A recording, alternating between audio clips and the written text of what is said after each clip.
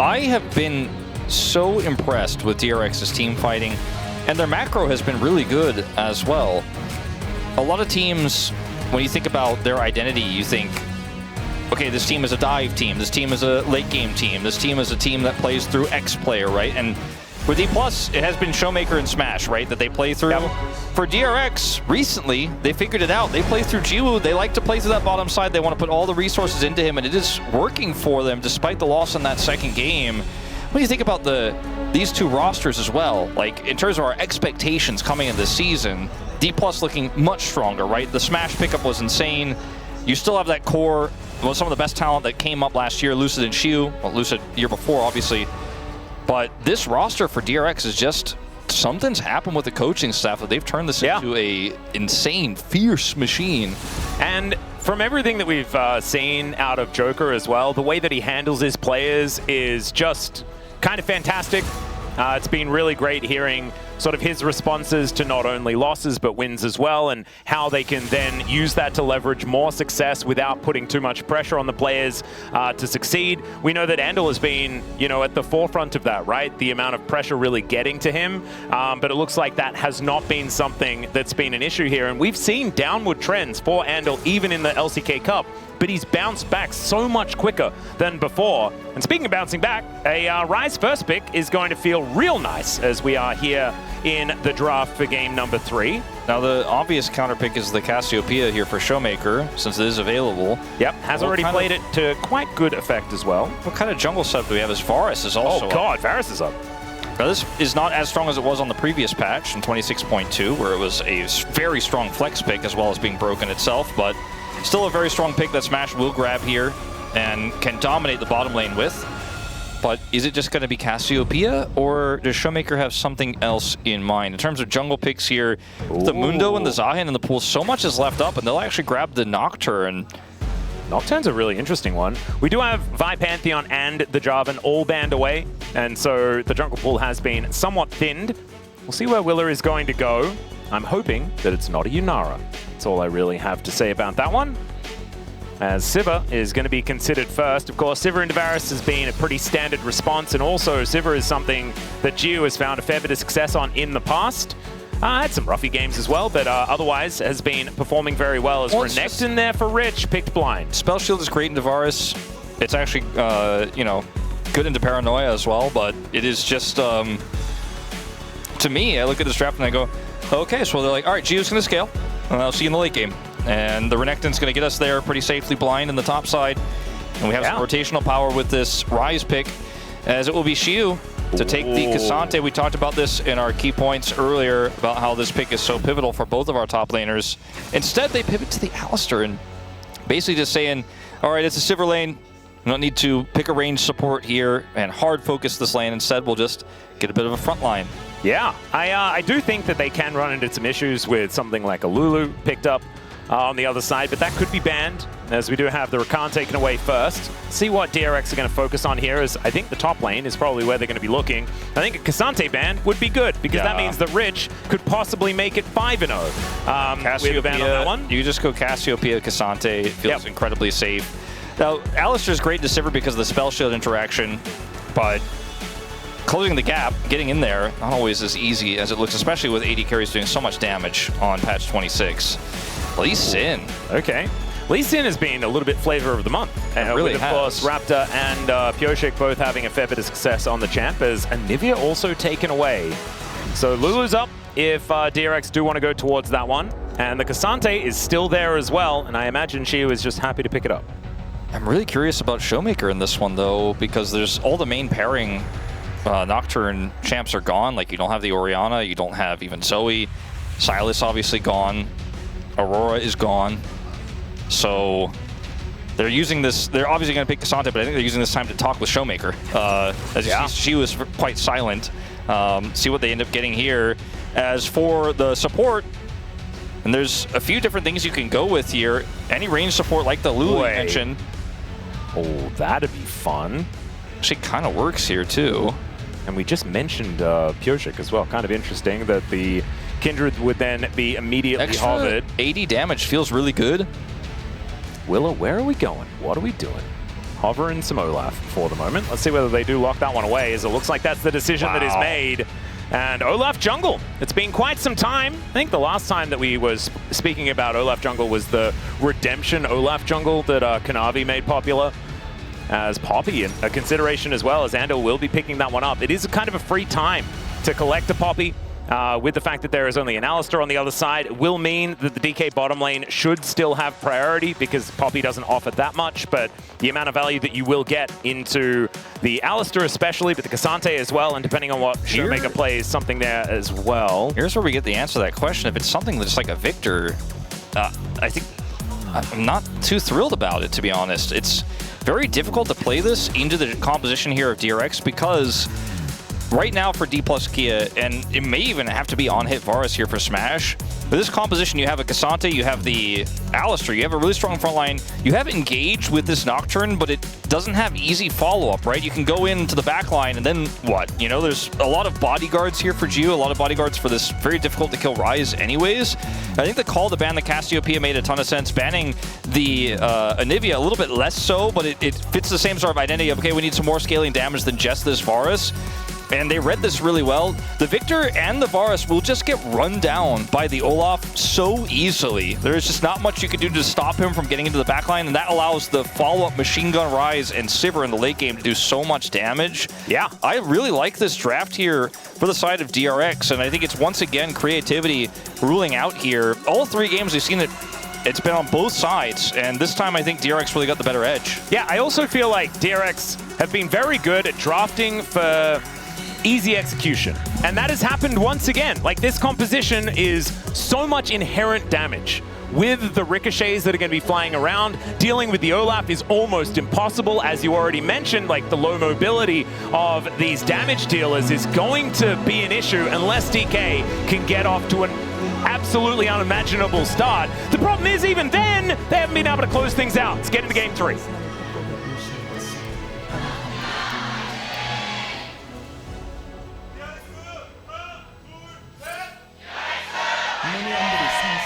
All right, here we are, ladies and gentlemen. The DRX fairy tale continues as we look to see whether this Cinderella story is going to be moving further forward. Obviously, they still have a life here in the playoffs, but a victory against D+ after they got completely crushed by them earlier on in the previous best of 3 would be kind of insane.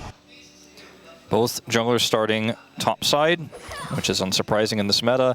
Smash has taken Comet, so he'll be going for a lot of poke damage with the Victor. I think that was kind of always going to be the game plan. Yep. Into this Olaf and Renekton, and even the Poppy. Just feels like that's the idea, is we're going to chip away at them at neutral objectives. Lucy can pull the trigger, and otherwise the Showmaker late game Victor damage should be enough to finish people off. And it's not that Lethality Varus can't also just do consistent damage in team fights either, but he can also then offer some poke. But makes you wonder if in a negative game state, like in a world where DRX get a tempo lead, like you were talking about, if they get off to a good start here, how does D+ get back in?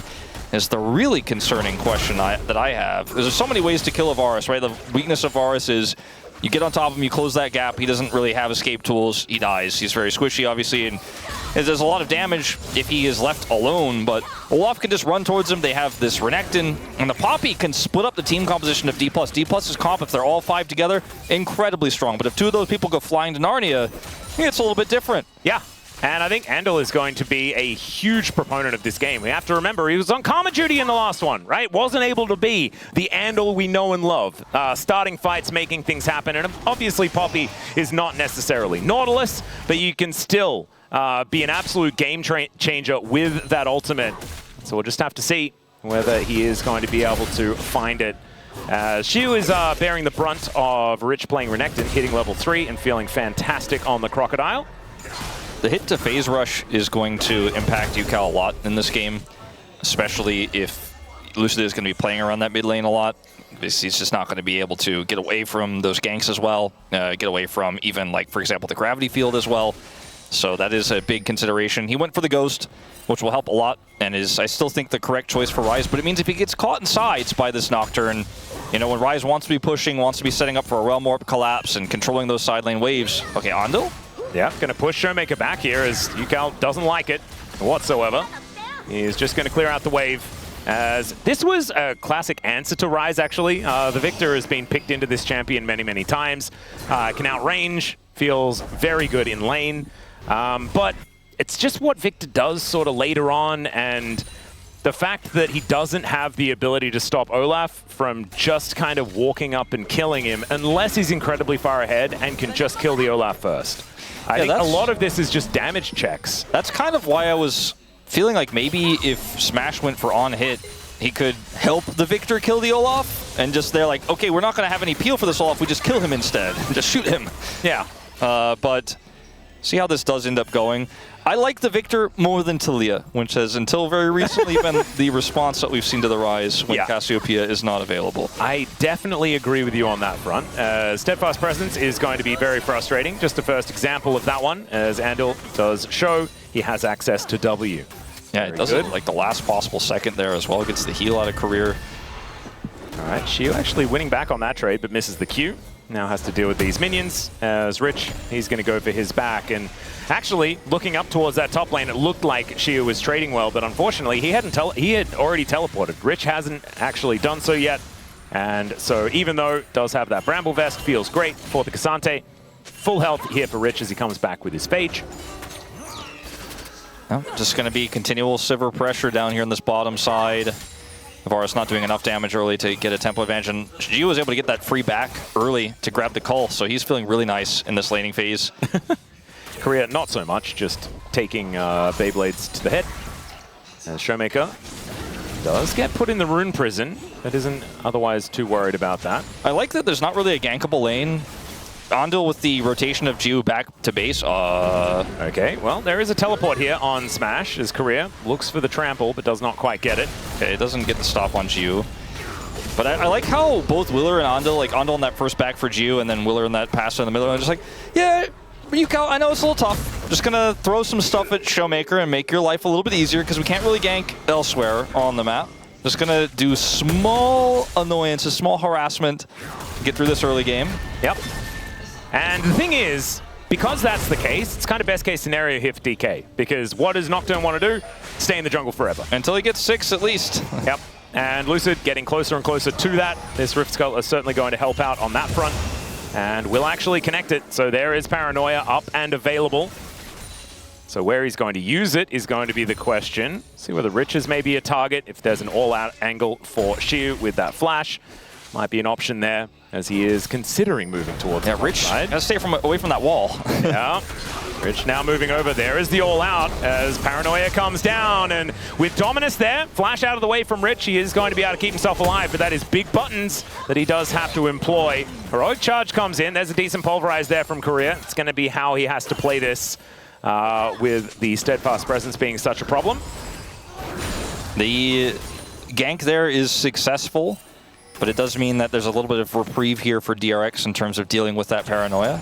This is really interesting though, Wolf. Like, the gold lead is all Showmaker. Yeah. Like, everything else is pretty negligible, just bouncing of waves. And even as I say that, a wave gets shoved in and Showmaker is now not with that advantage that he just had. So this game on a nice edge. It is really, really close here.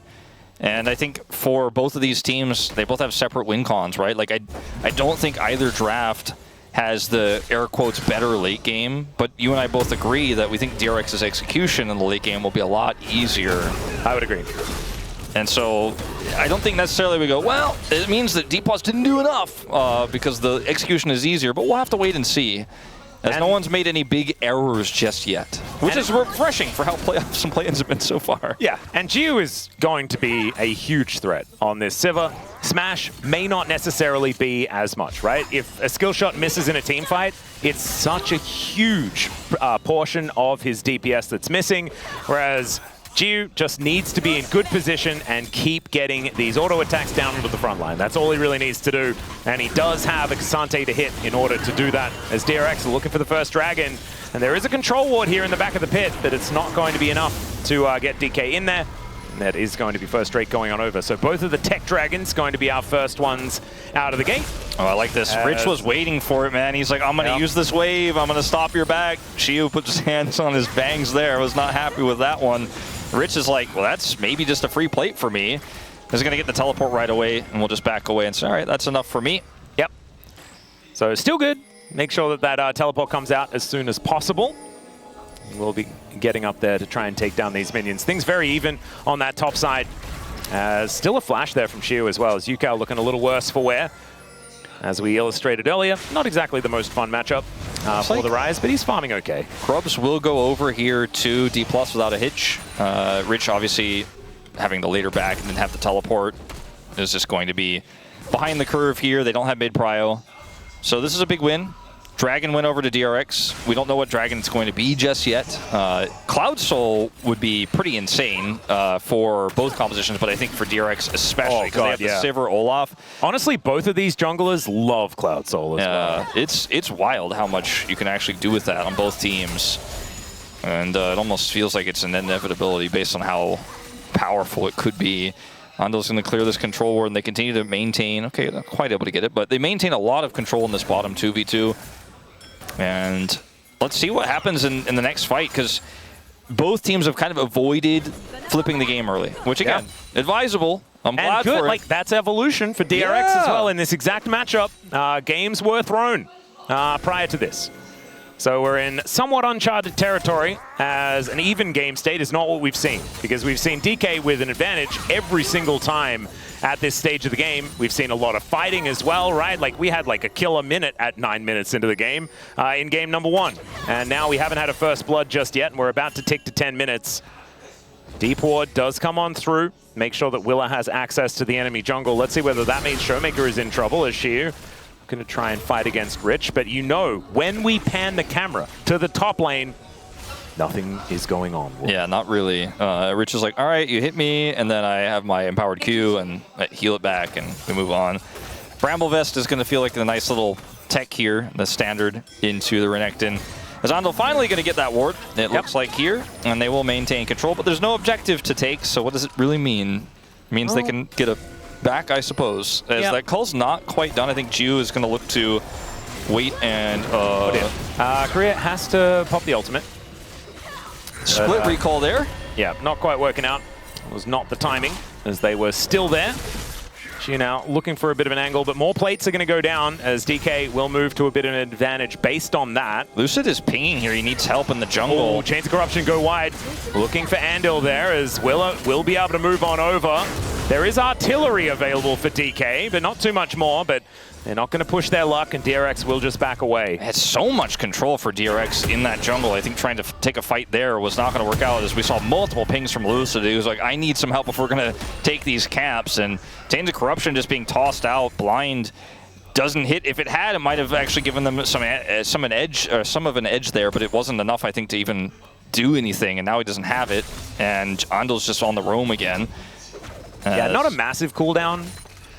So it isn't like end of the world, but like you say, not exactly the best. I do like the opportunism though. You know, sometimes you miss every shot you don't take, and it would have been very cool if you hit a blind one into the rush there. It's moments like that though for me where I think, okay, DRX really just have insane macro. Like, they know exactly where they can pull, how deep they can go, and then they don't overextend. They're like, okay, we got Chains of Corruption, let's not force this fight. You know, Yukao has prio, but we don't need to push deep. We can just go back and take the small advantage and look to play for this next Drake in a minute's time, as unfortunately 4G did not quite finish his call, but he has enough to get the Essence Reaver first item, so I guess it doesn't matter really too much. Yep, Blackfire Torch is done here for Showmaker, as well as Rich and Xiu fighting once again. There's the Dominus popped from this Renekton, cutting down. The Cassante gets under the turret, all out, but that just takes Rich out. That's first blood over to the Crocodile. And so many plates as well, worth of gold here with the Crystalline Overgrowth. We'll grab a second one here.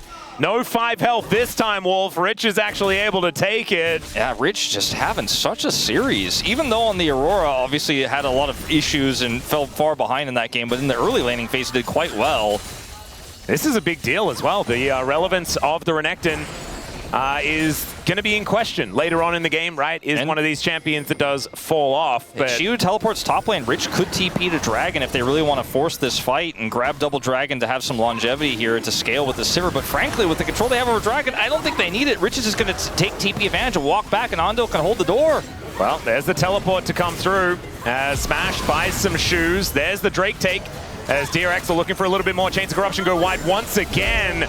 And it's a Cloud Soul Wolf, like you were talking about. We deserved it. Yeah. Because this soul would be so much fun. Sometimes it just feels like the RNG gods assess the game, the composition, they're like, this would be the most fun. Yep. They often sometimes assess the composition and go, this will be the most lame, and they do that on this one. And then we get Ocean Sold, which was happening a lot earlier in the tournament. He has his empowered W, so he's like, I flash this. If he flashes, I mean, Shiu is just dead to rights.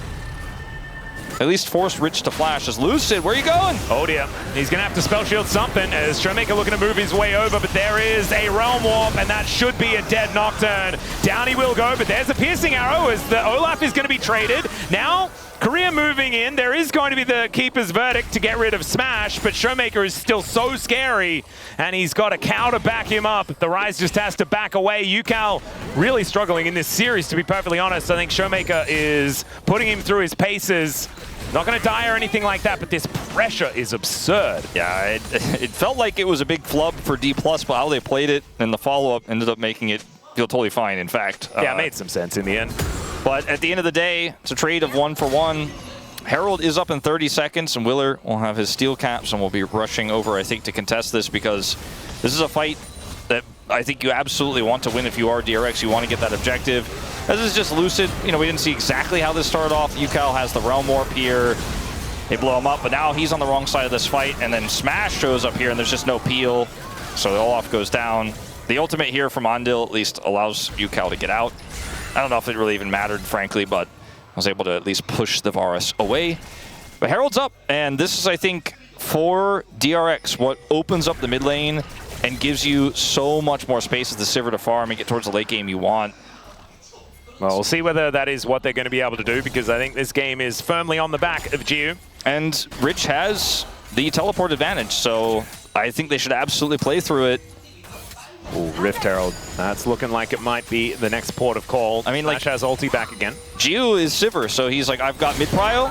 Well, maybe he may not have his life is the problem, as Spell Shield's fantastic. Korea finds the Flash Bulb to take down the Sivir, and you blink and you miss it. I guess so. Just being removed. Andal has to flash. That's going to get him out of there, and the top laners are in the bottom lane. Thank you, Jonas Strong, for that one. As Rift Herald is just going to be taken here by DK. I don't think there's a lot DRX can do. Yeah, I like the idea of clearing the wave and trying to collapse there, but he went pretty deep as Willer is going to show up. Yeah, Yukal on a flank angle as well, as we've got a teleport getting them behind DK. I think DRX may have just got themselves a Rift Herald based on that play. And Wolf, you said it before, the macro from DRX is just being good. And if Jiu doesn't just walk forward there too far and die, I think they get it a little bit easier. Rich has to TP for this, so it gives some free space to Showmaker and Shiu down on the bottom side, but at least he turns that TP into pressure here on the top side, so it's an equivalent trade in terms of damage to turrets overall here, and the Herald is still picked up. So Jiu, clear the wave. Now walk towards the Herald is what I would suggest in most scenarios here. However, he walks towards Smash and tries to chip away at him a little bit more and then dies. Yeah. But they have teleport advantage in the bottom lane. Rich is able to head in, and they still secure the Herald. And that is going to be plates here in this mid lane as well. Placement, a little janky, but it won't matter. Yep.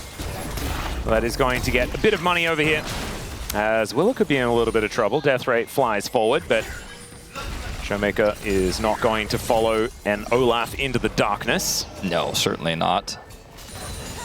When you look at the gold, you're like, okay, D+ have a lead, but it's not that real of a lead. It's really just Showmaker, like you mentioned earlier. And this is what we were talking about before. This is the exciting part about this game, is this is that uncharted territory of very even game state. Can D+ still win a series, win a game against DRX, whose late game has just looked better, frankly. And in game 1 and game 2, they had a huge lead. Well, Showmaker is now going to have to flash out of the way.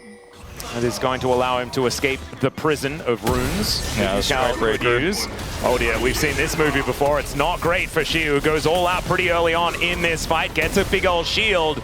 As Rich just happy for a trade of ultis. Chains of Corruption once again thrown out just for fun, as Andil likely to be dead, but does get to keep his verdict down. The Arcane Storm is going to be enough though, and down goes the Poppy. DK should be able to get themselves a Drake off the back of this, as Rich goes forward, has a lot of fury, and Cole the Meek is going to at least get that health bar back to parity with Shiu.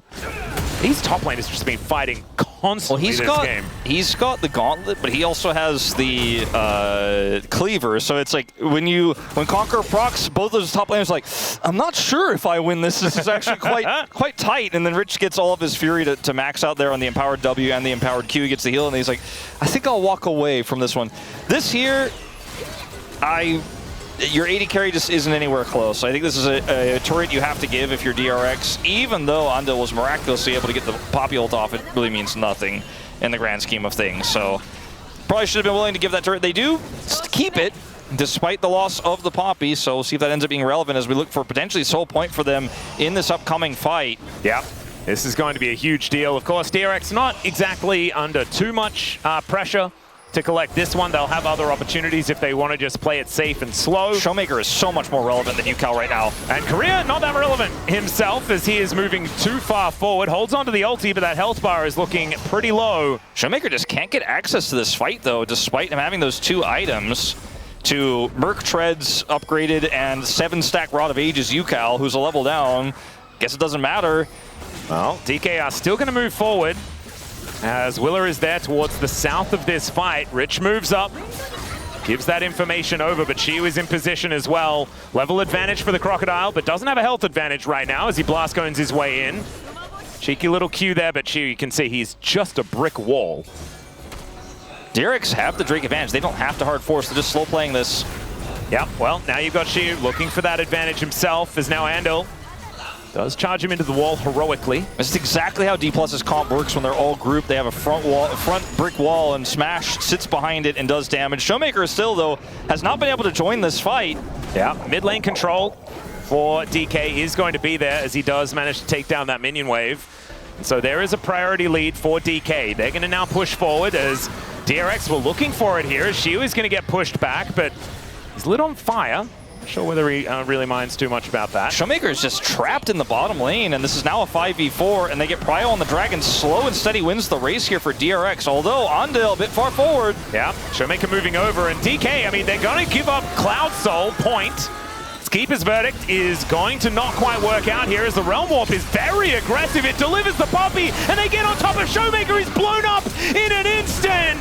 And now DK, can they still win the fight? That's the question. As DRX, they just rebuild the Phalanx. And DK, I don't know whether you want to take this one as the piercing arrows are flying in. Lucid wants to get that damage through. Shiu is a monster in this game as he goes all out, takes out the Poppy, but then has to flash to get himself out of the way. Now, Gio, I don't know about that one, buddy. That is too far, as now Smash can walk up to take down Rich, and DK delivered a team fight on a silver platter. Yeah, I'm not going to say I'm not sure. I'm going to say I am sure, which is what you were saying essentially. Yes. That was not the play there from Gio, who does now put together his Flicker Blade. D+ are going to put together a Baron. And yeah, that maybe just slow play that one. It was so beautiful how they slow played the lead up, the secure on the Dragon, the front to back, and then suddenly Gio was like, I'm full build. It's like, no. Actually, it's not game 2. Please.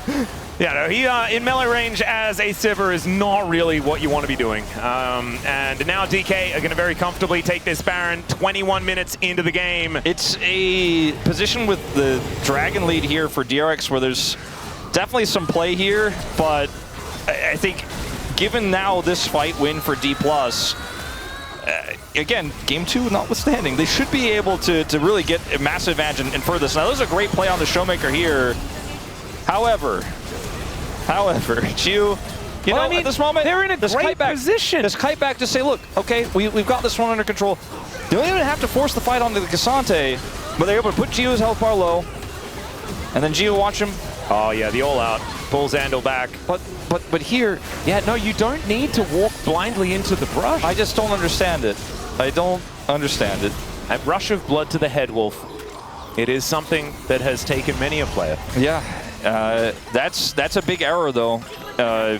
The way they played everything else in that fight was brilliant, and I was about to sing their praises, like, wow, okay, they miraculously were able to wrestle Prio away, they kept Showmaker out. Yeah, and they get the Dragon. It's like, okay, I got soul point, which is valuable if we can survive this Baron and everything else. It's a 5,000 gold lead here again for D+ now.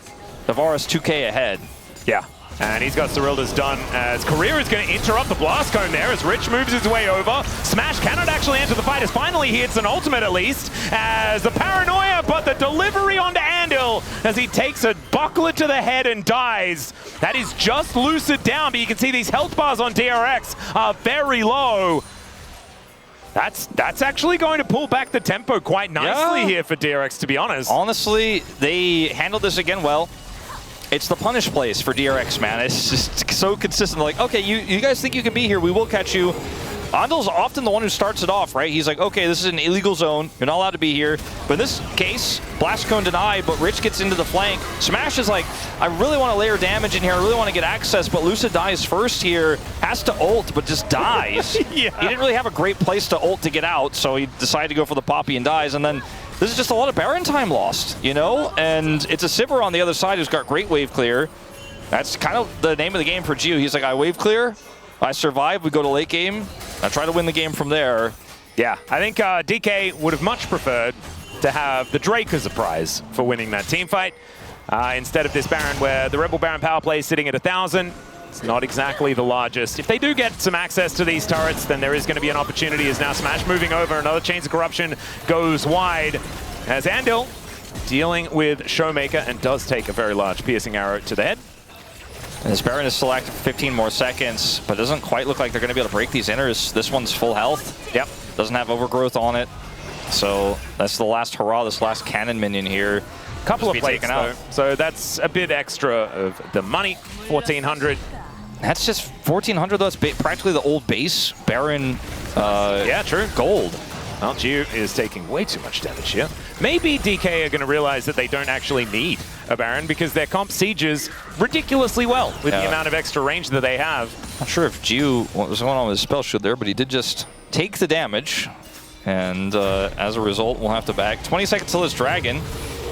Gonna get the Empowered Recall home. Yeah, I feel like the last Dragon was very recently. But, that time has really skipped forward. I don't really think D+ could have just tried to force this Dragon without backing, but that back timing is going to allow DRX to set up here. Poppy with ultimate back online, the exhaust is set up. This is a tough fight for D+ here. Oh man, Smash needs to be really careful because Willa, if he just runs at them, he can really do some damage as there's a Realm Warp. They're looking to try and single out Showmaker, but there's a Paranoia to make them all blind as Shiu is fighting Rich on the top end of the fight. Now Ando going down so incredibly low. Gio flashes over the wall. Shiu might be taken out here as Yukal has joined the fight, but Ando's also going to go down, and now Lucid gets on top of Gio, but Gio just evaporates him. The amount of damage from this Arcane Storm, though, just ludicrous as DK still have carries to spare, and the Pulverize connects. No more Steadfast Presence because Andil is down and DRX are going to get routed. I mentioned in the draft very briefly that spell shield interaction with Alistar. It's just not great for Sivir. And unfortunately for Gio, he only has one of them. He ends up getting taken out. This fight is so broken up, and this Realm Warp call, they've had two of these this game that are fantastic, but the Paranoia is used defensively, so Showmaker gets away. And then as they collapse onto Gio, he has to flash over the wall to get away. Spell Shield from Lucid onto this ultimate from the Poppy is massive, because I think without Lucid being able to get onto Gio here, they actually cannot make this fight work. Like, Career would have just melted instead. And so that was actually massive, that Spell Shield there. He sacrifices himself to then push Gio away, gets this hit here. No way to spell shield that as Gio, and they end up cleaning up the fight. First Dragon for D+ is secured. And yet, I don't know if it's just me, Atlas, but I still kind of feel like the tempo vibes for DRXs in this one. Yeah, I don't... Like, honestly, I just don't trust how D+ is playing. And DRX are 4,000 gold behind, playing a lot more confidently, making very decisive calls that make sense to me. One of D+'s biggest weaknesses is acquisition of tempo vibes. They just don't have many of them at all times. That's why there's a lot of anxiety in the fandom. If D+ have the tempo vibes, there's like no question. It's like super obvious. They have the tempo vibes when Showmaker has 25 stacked Magi's. Like that's like when they have If you have to question, they do not have the tempo vibes. It's like Bonjour, you know, if you have to go, is Faker the Bonjour, then he's not, but no one's ever questioned that. Oftentimes when I've questioned, like when I thought that they had the tempo vibes, I've lost hair, you know? I'm not often right, and I don't want to be challenged again. I like my hair, and I prefer not to lose it.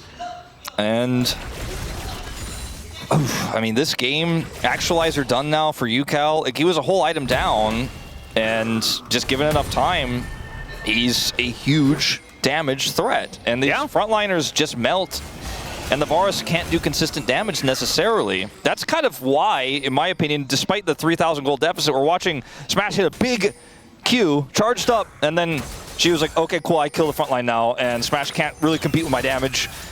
But he is large, and if he hits poke onto Gio and it's not spell shielded, or onto Yukal, if they're given enough time, the Varus will outshine. But this gold lead, it's not fake, but it needs to be wielded correctly. Yes, this is the problem, because we've seen gold leads not necessarily equate to easy times in the later stages of the game. Baron is now what both of these teams are looking at. Still 3 minutes on this next Dragon attempt for DRX to try and get that Cloud Soul. As Jiu gets his Lord Doms, it's actually kind of a big deal. Does, of course, want the Infinity Edge as well, but one step closer to 4 items feels pretty good.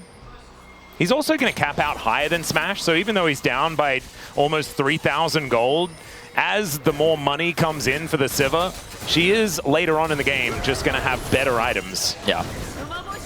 Jiu will Teddy hard in this game if he gets the time.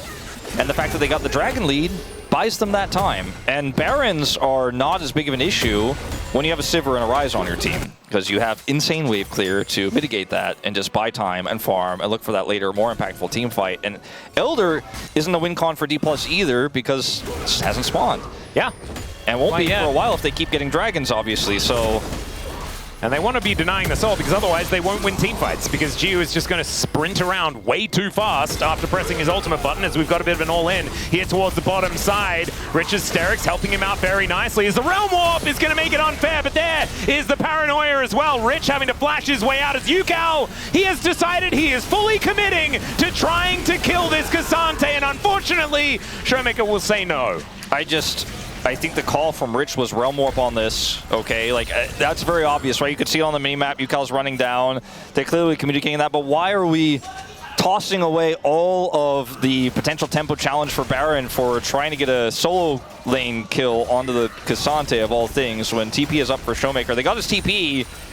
Just not going to call Worth on this one for DRX. The ultimate for Yukal is down, which has been one of their biggest tools in team fights as well. The Dragon spawning in 1 minute's time, and they're going to have 0 prio for it. Man, Showmaker is making Victor look broken in this game. It's pretty crazy what he's been able to do. And from laning phase to start into some of these incredible team fights, and his rotations have been really crisp. So 50 seconds till Dragon. Respawn will be there for Yukal. But now you're like, okay, I got to deal with this Baron take potentially. There's a lot of damage on this Victor. Almost has death cap.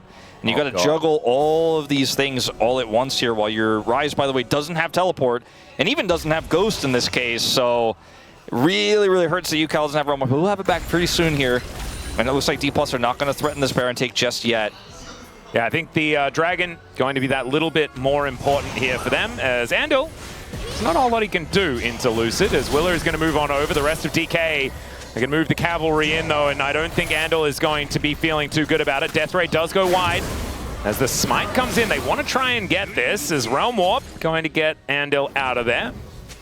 Wasn't all that necessary, but looked pretty cool. It did look really like cinematic that he escapes, but I'm not sure how much matters. He is going to have his unsealed teleport back up, so I guess kind of works out. He's able to rejoin right away. And the Drake has now spawned. So Dragon and Baron, both of them there. This gives DRX an advantage. DRX will have to make a good macro call here, and I just don't know if they have enough control over the map to make a decision here. Like, it's not even about should they make the call to go to Baron or not. Is that the right or wrong call? I just don't think there is a call. Like, they have to give this Dragon, and they can't do Baron in time. So D+ get this Dragon for free and put themselves on 2 Drakes. Again, still super far away from Soul, but it's a free win for them with the map control they had.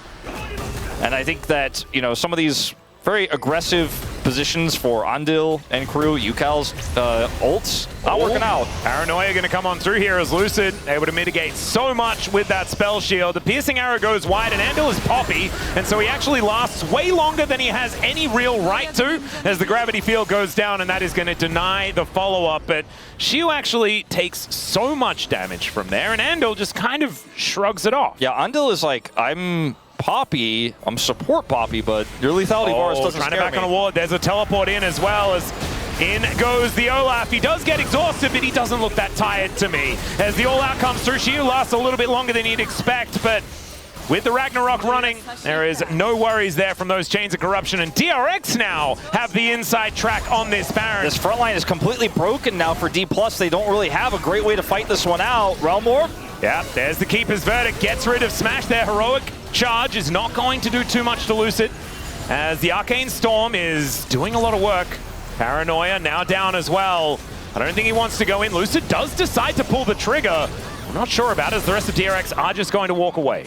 Their health bars are too low. I think that was a good Paranoia call, the way they played it, how slowly they were able to kind of inch forward and chase, but not hard force, and force DRX away with low health bars to stop them from doing the Baron. And 15 seconds time shield will be up with TP, so we just reset and go again.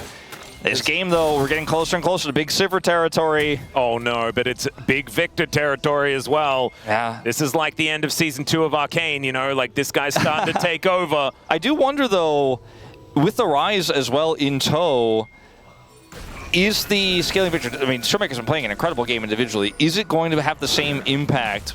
Because the Rise can reposition the whole team, reposition the Olaf. Like, if Cloud Soul goes over, definitely favor the Rise here, but still a ways away from that right now.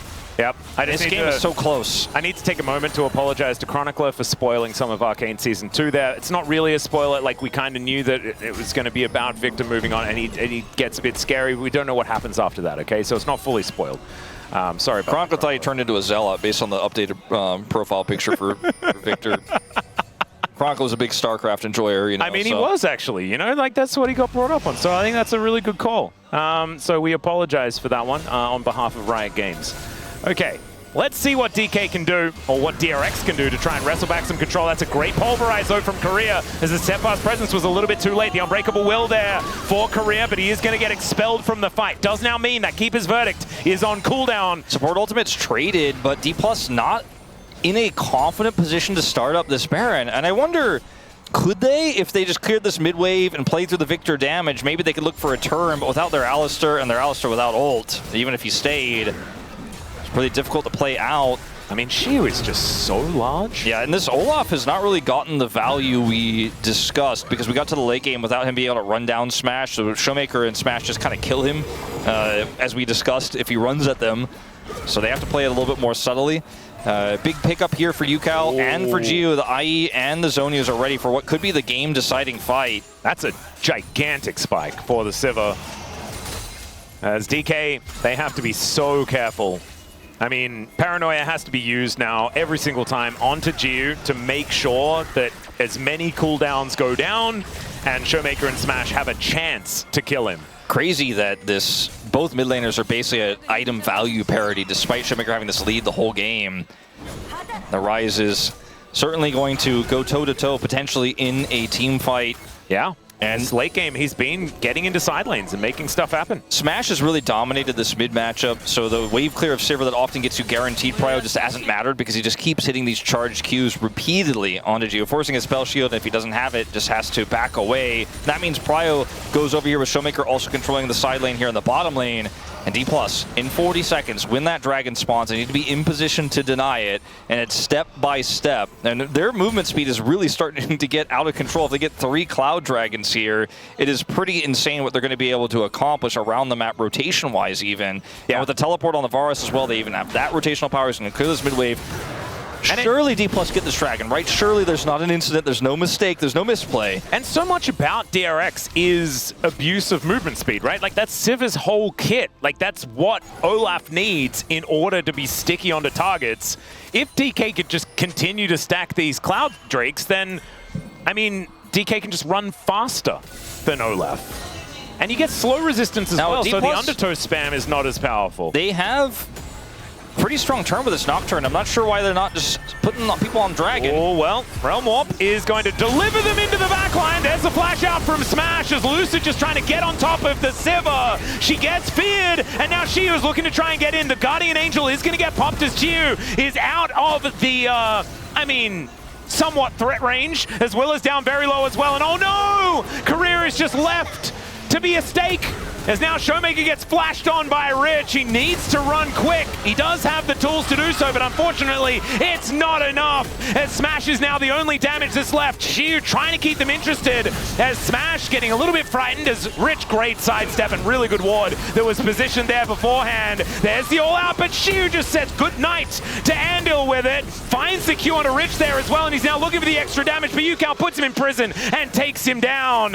Xiu's back here. Smash needs to be very careful about sticking around. Very nice spell shield there as well, and it's a one-team fight by DRX. That should be Cloud Soul. There's no jungle here, though, for 25 seconds for DRX, whereas Lucid is up and available, so they need to play this really well. I think they're going to have to try to get a secure of the pit from the outside before they go for this. This is a bit disastrous here for DRX. There's the Paranoia. This ward as well. Yeah, the Paranoia goes down there looking to try and kill Rich, but Smash has to move into melee range, and he's going to get wiped out. Now Lucid in a lot of trouble. The headbutt to try and save the jungler, but it's just going to be Korea once again being turned into mincemeat, and DRX just keep winning. Oh man, Atlas, this is one of those games where, I mean, I've been saying the whole series long, but DRX are like, this is the bar. Yeah. And you make the right call, and DRX are like, oh, overextended. Realm Warp into the backside of the team fight. Now your tank isn't there. Your front line isn't there in this fight. Gio almost dies, right? He's almost taken out, but he does not die. The knockaway of Smash means there's only 180 carry in this fight. Then on the top side of the fight, Showmaker is just getting run down by this massive top laner. Rich wasn't super fed in this game or anything crazy, but at level 19, this Renekton will kill basically anyone he can get into melee range. And this is Showmaker in this case. And by the time Smash gets back here, the fight is already over. And this is DRX taking Cloud Soul and Baron. Oh my goodness. It's now 5.5 minutes until the Elder Dragon spawns. DRX, they have confirmed tempo vibes for the first time in this game, right? This is an advantage. Is this the fell for it timing here for D+ this season? Like, is this the moment where we start to wonder, like, is this where the fall happens that every D+ fan dreads? Great start to the year, everything's looking good, and then, let's see. Let's see what happens here as Andil just looks like he doesn't really take damage. Celestial Opposition is one heck of an item, but he's also Poppy. So that's very helpful.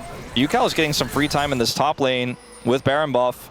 See if they can punish him, or if he's just going to be able to get away. He doesn't have Realm Warp, but he doesn't need it. Great vision control here as well, as Lucid standing on a ward this entire time is actually going to get chased down by William momentarily. So much gold on the map here for DRX. Yeah, no, it's kind of absurd, because there's still an outer turret in the bottom lane, and DRX is going to try and get the siege to work. Obviously, their comp doesn't necessarily siege all that well, but with 2 siege minions and Baron, it can certainly get it done. Absolutely. Plus the wave clear, any wave that comes towards them just evaporates, and then the siege minions continue to do their work. And they can just slow play this because the Sivir is getting stronger and stronger and stronger at every passing moment. Xiu's now level 18. Yeah, Rich able to walk up, and so now Xiu could be in a little bit of trouble, mitigates a bit of the CC. But even the Crocodile, man, level 20 on this Renekton. It's a very scary time for DK, because after this, if they don't win this game, they're staring down the barrel of match point for DRX. As now Lucid looking to try and start this fight onto Yukao, but he is very scary right now. Level 18. There's no follow-up. Willa does get his CC removed, but doesn't actually have to use his Ragnarok to do so, as now Xiu is possibly going to get taken down. He gets exhausted. He lasts a while, but he is eventually taken out, and the inhibitor goes down as well. Man, the gold advantage that has been built here by DRX is massive. 6,000 on the Rebel Baron power play, and that is only going to go up as they take another inhibitor turret. And DK, I mean, what are they supposed to do? DRX just have all the answers. Yeah, they really do. Here's the TP in from Rich. They're looking to end the game right now. Keeper's verdict is not going to push them all that far, as the Pulverize does not anything at all from Korea. There is no follow-up, and Rich dives forward. Showmaker still able to do a fair bit of damage here, but he gets taken out. The ricochets tear through DK, and DRX will move to match point. DRX gets those punishes, but I'll tell you guys, and I think you felt it. We talked about the tempo vibes, not for one moment really, through this big giant gold lead you can see here from about 18 minutes to 35 plus. Did I personally believe that D+ was going to win this game? They barely got across the line in game 2, and that was almost a perfect game for most of it. What happens if DRX gets a lead early? I think D+ fans are not hoping. 이번에 날리고 타워 칠래 어때? 나는 천천히 하자. 내 스테라 나 풀려 있어. 나 집 해볼게. 자 이번에 날릴 테니까 타워 칠까 봐봐 얘들아. 기다려. 우리 레. 다 한 번에 끝내면 돼. 빅토르 볼 거야 난 결국에. 나 그냥 보내줄 생각해서 좀 이따가. 아 내가 갈게. 알아서 갈게. 야 이번에 날릴게 얘들아. 타워 쳐봐. 위에 타워 쳐. 타워. 아 좋긴 해. 천천히 안 맺혀. 앞라인. 빅토르 딸피. 타워 쳐봐 얘들아 천천히. 빅토르 노플. 얘들아 빅토르 노플. 타워. 오늘 근데 나뽕 많이 주는데 얘들아. 내 말 잘 들어봐. 죽었다. 근데 내 캐리 같은데 아닌가? 잘하긴 했지. 나이스.